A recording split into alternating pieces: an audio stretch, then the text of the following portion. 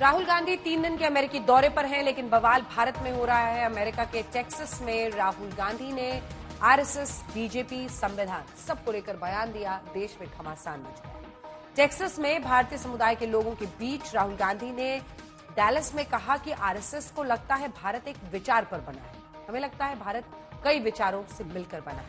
इतना ही नहीं, राहुल गांधी ने कहा कि जैसे 2024 लोकसभा चुनाव के नतीजे आए, कुछ ही मिनटों के अंदर भारत में बीजेपी का डर खत्म हो गया। संविधान को लेकर भी राहुल गांधी ने बीजेपी और पीएम मोदी पर अटैक किया। इस स्पेशल रिपोर्ट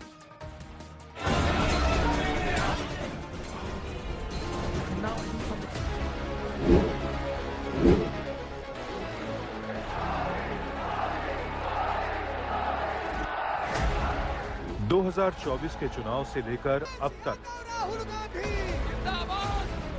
लोकसभा चुनाव की रैलियों से लेकर लोकसभा में नेता विपक्ष बनने तक राहुल गांधी सरकार पर पूरी तरह से हमलावर हैं। जब 2 राज्यों हरियाणा और जम्मू कश्मीर में चुनाव हैं, तो राहुल गांधी 3 दिनों की अमेरिकी यात्रा पर हैं। यहां वो भारतीय समुदाय के लोगों से मिल रहे हैं। लेकिन जब यात्रा के पहले दिन राहुल गांधी अमेरिका में टेक्सास के डैलस पहुंचते हैं, तो वो प्रवासी भारतीयों को संबोधित करते हैं और इस दौरान वो सीधे आरएसएस पर अटैक करते हैं। राहुल गांधी कहते हैं कि बीजेपी, आरएसएस और कांग्रेस के बीच विचारधारा का बहुत बड़ा टकराव है। The RSS believes that India is one idea,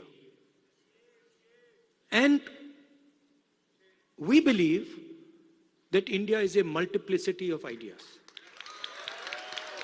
And we believe, by the way, very much like the United States, we believe that everybody should be allowed to participate. Everybody should be given space, regardless of their caste, language, religion, tradition, history.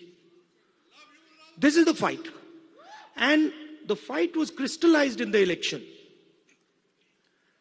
when millions of people in India clearly understood that the Prime Minister of India is attacking the Constitution of India.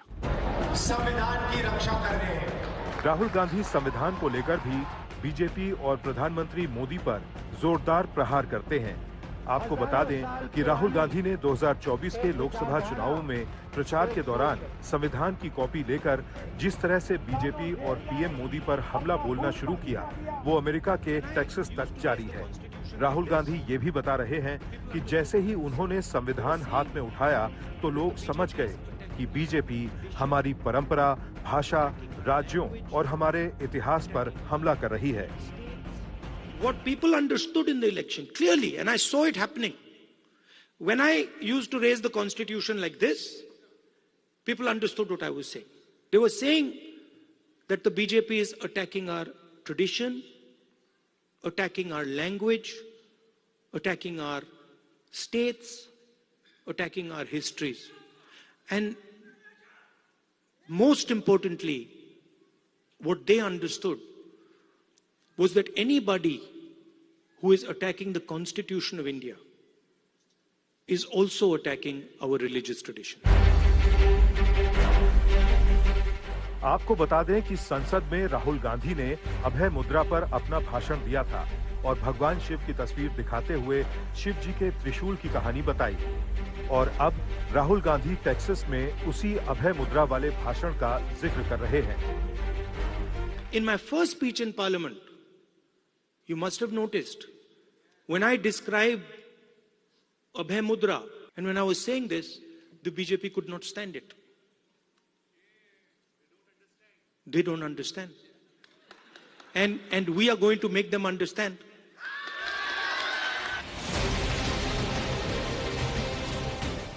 एक जुलाई को संसद में अभय मुद्रा पर दिए अपने भाषण में राहुल गांधी ने कहा था कि शिव जी कहते हैं, डरो मत, डराओ मत। आपको बता दें कि राहुल गांधी का यह निशाना सीधे बीजेपी की तरफ था और आज राहुल गांधी अमेरिका में खड़े होकर कह रहे हैं, लोकसभा चुनावों के नतीजे आने के बाद से लोगों के बीच बीजेपी का डर खत्म हो गया है। The other thing that happened that was very beautiful, that in fact I was amazed that it happened so quickly. was that fear of the BJP vanished, disappeared, gone. And we saw that immediately, within minutes of the election result, nobody in India was scared of the BJP or the Prime Minister of India. So these are huge achievements, not of Rahul Gandhi or the Congress party.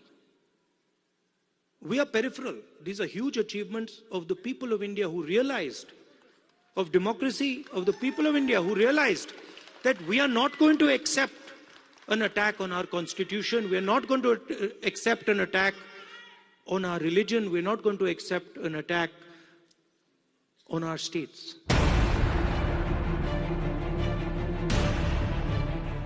लेकिन राहुल गांधी के इस भाषण पर देश में बवाल हो गया है। बीजेपी राहुल गांधी के आरएसएस और संविधान वाले बयान पर बुरी तरह से भड़क रही है। जो आरएसएस को समझने के लिए राहुल गांधी को कई जन्म लेना पड़ेगा। हम क्या मूर्ख हैं कि बार बार जन्म लें? इस आरएसएस को समझने के लिए है क्या समझने लायक इनमें? 100 साल का इतिहास, खोखला इतिहास देख लीजिए इनका।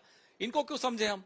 इस देश को समझना ज्यादा जरूरी है, इस संस्कृति को समझना ज्यादा जरूरी है, इस धर्म को समझना ज्यादा जरूरी है, और इन तीनों से आरएसएस का दूर दूर तक कोई वास्ता नहीं। सबसे ज्यादा बार संविधान में संशोधन किसी ने किए तो कांग्रेस ने किए।